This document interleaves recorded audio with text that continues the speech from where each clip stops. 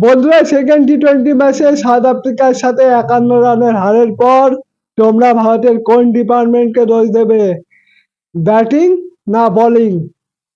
বন্ধুরা, কালকে ভারতের বোলিং কিন্তু খুব খারাপ হয়েছে।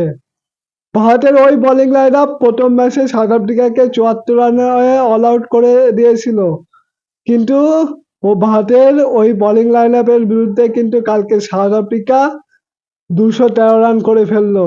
মানে এটা আশা করা যায় না ভারতের বোলারদের কাছে। আর ভারতের বোলাররা কালকে মানে ২২টা এক্সট্রা রান দিয়েছে। ২১৩ রান করেছে সাউথ আফ্রিকা, তার মধ্যে ২২টা এক্সট্রা রান দিয়েছে ভারতের বোলাররা। তার মধ্যে তো আশদীপ সিং ১ ওভারে ৭টা ওয়াইড, লাগাতার ৬টা ওয়াইড বল করেছে কালকে আশদীপ সিং। সত্যি খুব জঘন্য বল করেছে ভারতের বোলাররা।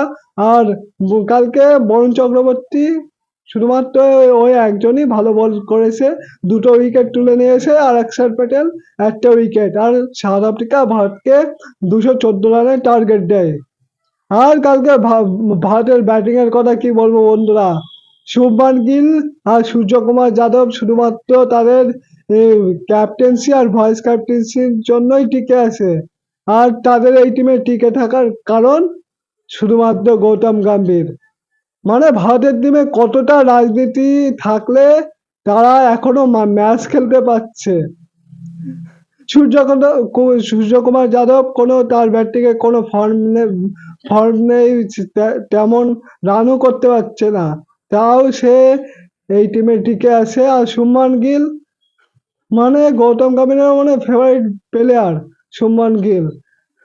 মানে মানে যেদিন থেকে ভারতের ভাইস ক্যাপ্টেন হয়েছে টি-20তে প্রত্যেকটা ম্যাচ খেলছে, ওপেনিং করছে, কিন্তু ব্যাটিংয়ে কোনো প্রকার রান নেই।